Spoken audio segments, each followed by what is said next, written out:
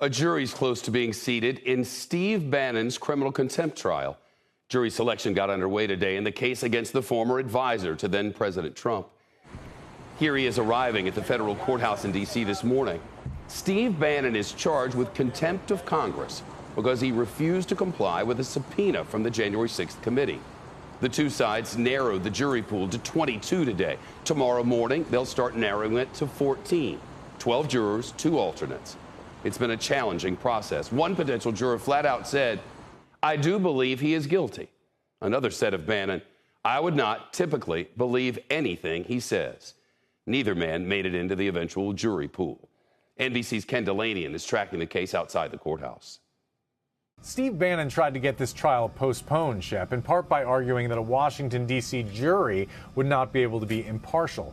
But Judge Carl Nichols, appointed to the bench by Donald Trump, ruled that the case should go forward. And as you said, both sides appear to have decided on a pool of jurors they believe can be open-minded. What jumped out from today's questioning, Shep, is that a good number of people seem to be paying close attention to the January 6th story.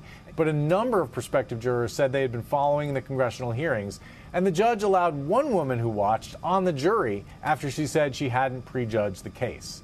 The real problem for Bannon may not be so much a D.C. jury, but the fact that the judge has blocked nearly all of the legal defenses he wanted to use. Judge Nichols barred him for legal reasons from arguing that he defied the subpoena on the advice of his lawyers, or because he believes he's covered by executive privilege, or even that the January 6th committee was improperly formed. So about all he's allowed to argue is that he misunderstood the deadline for complying with the subpoena. So at the end of the day, there's no factual dispute in this trial. Everyone agrees Bannon defied a congressional subpoena, and Bannon has not much of a legal defense either. And a conviction on these charges, Shep, is punishable by a minimum of 30 days and up to a year in jail. And it's possible that that could be the D.C. jail, Shep, which is a very unpleasant place. But it's also certain that this case will be appealed. Shep? Ken Delanian in our Washington newsroom, clearly.